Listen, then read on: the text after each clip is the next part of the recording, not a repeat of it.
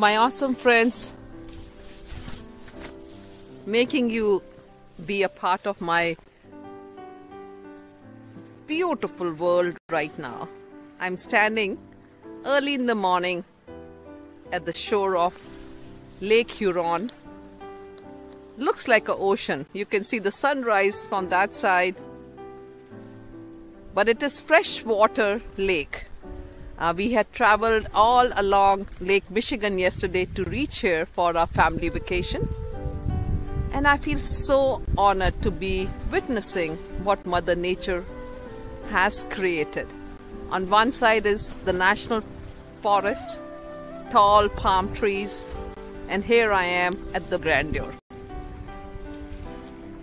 While meditating, I was thinking about each one of you.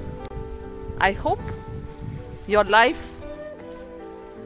journey brings you to places like this where you can experience the grandeur.